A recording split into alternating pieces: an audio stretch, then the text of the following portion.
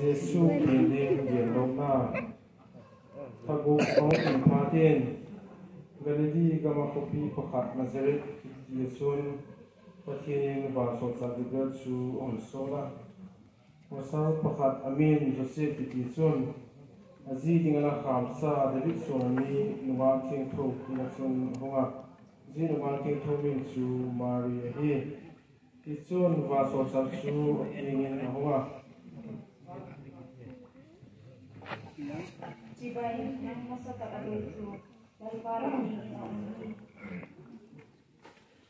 Zitu zigachun am thasingta pang jibay pungnay tadiyo tin nakingay putay vaso chachun nakingin Mari laukin patien doi sakna chamnahi hai ki na hun gopin patin amin in Jesu na saknahi ama tu miloti hungin tin sungnong pen saka ki hungin ahi chule lalpa patien in apa dagigal jukhan tu ama hungin ahi Jacob suonte jong kumtong in bai hong in agamin to mi nei tapon na Mari vaso chakina chun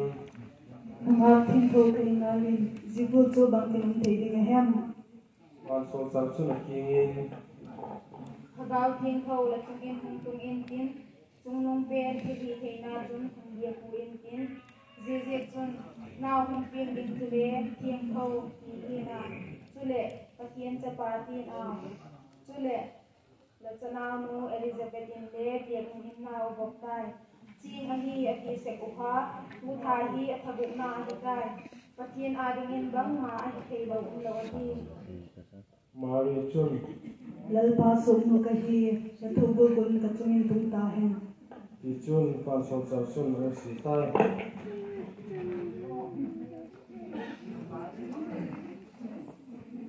Messie Jesu pintu Messie Jesu pindan chu jibo hi anu Mari chu Joseph sing khamla Pau ko Mawin rau sing tuin na sakiti ong tawa Apostol Joseph chu midik takahi sukmo ko nong agu haisan agotai himale Jesu chu angai tu jinglain amang lalpa wa sosa kinin ang tilaka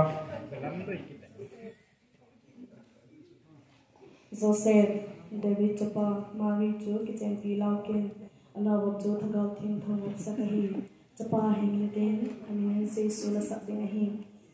Ama amite kilaw ki patahudok ding ahingalin. Zihi valso zihi lalpa zo itima tugen tika abuitun na ding hi Ngwang ting thu chu gayan tin chapa hingin kin aminin Emmanuel sana Zichu ikingon patinong hi kina hi Joseph mu chu ahong thopa din lalpa valso chakin akinga thu apigolin ama chu akiseng kita ahin lan chapa ane nasi chu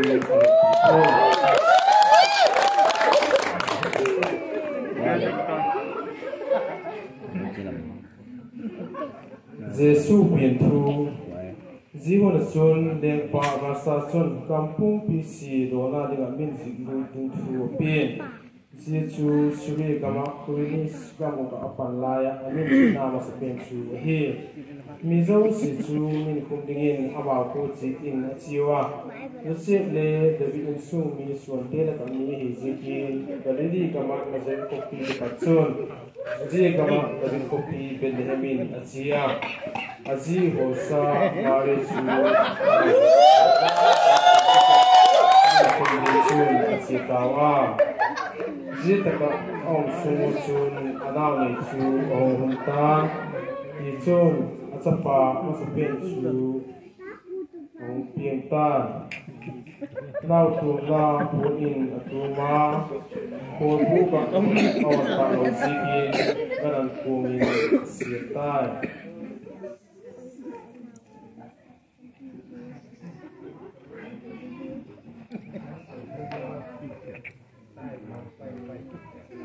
Bilang putih leban so sakti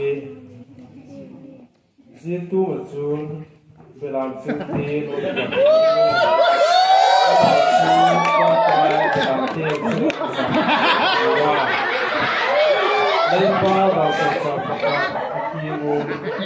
ông từ đầu không bảo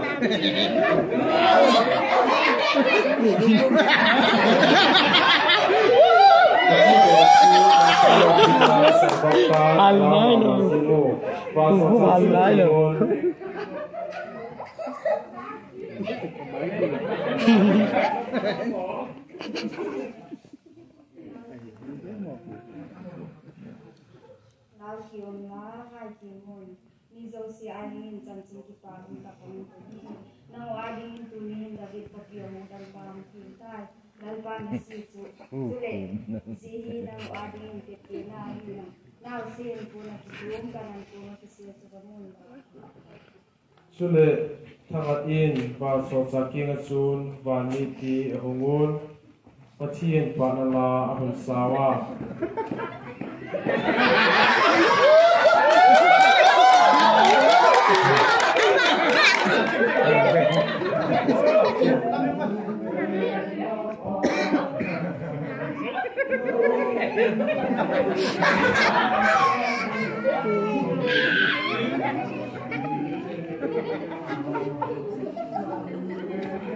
Habis aku boleh kau hello. Mikirnya sikit hello. Ban so sate chu wala ma achi ban patun belam sing tisun tôi bật lên năm chỉ kêu lên tay chỉ có là kia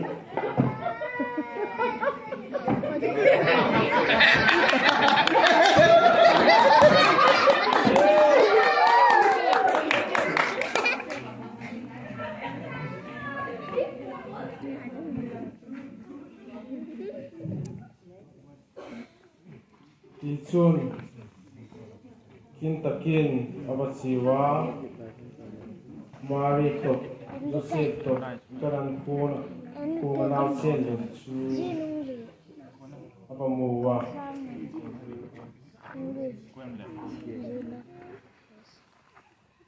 amu patun nau sen chung thu kiu ni sa hi da chu akian tawa alai khata phot chun bulam sing ti thi gen chu lamda asati ma mawa ahin mari chun juthu te chu patakin along thimate te in anai tu hi bulam sing te chun wa so chakin hilbu ni bangkim amuwa he ji kun pathian cho hele pa komin achi ki taw hi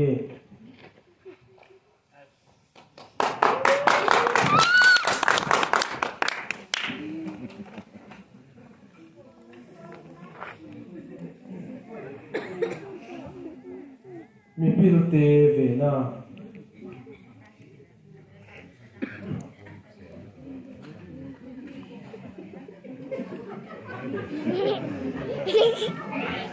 nepa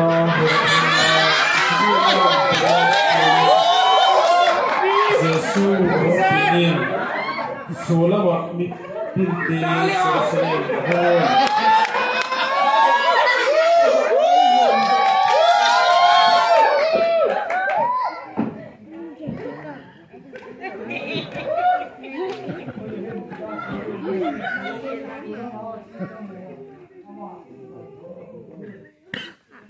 Lepa Herodin Jesu Hekpatin Lao Thong Tan Jerusalem Mizo Sili Lao Thong Tao Hi Ti Chun Thiepulin Tele Ekasi Keso Sia Koma Messia Pina Ding Mun Chu Adong Tan Jienuma Chu Herodin Agu Mipil Te Chu Akowa Asi Tilang Tat Chu Tai Amau chu Belhem Kulamin Asola La now can to control the kin ball the kun. Tamu pal a hun kitin. A man let you by Kabu Hina dingin. Leng Patu chu He Patun Asitawa Sola wa Asi Amuka Nasi Umna Chunzo Atuna Adin masang si Amalamun si Tiktai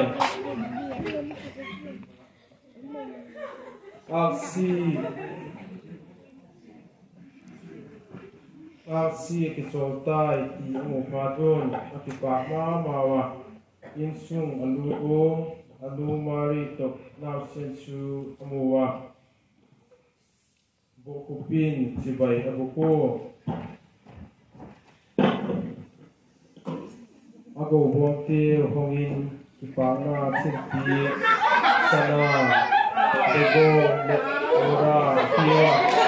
sune harap tiwa sikit ini bangu hingga begitu lampi cumin agam lamun sikit tahu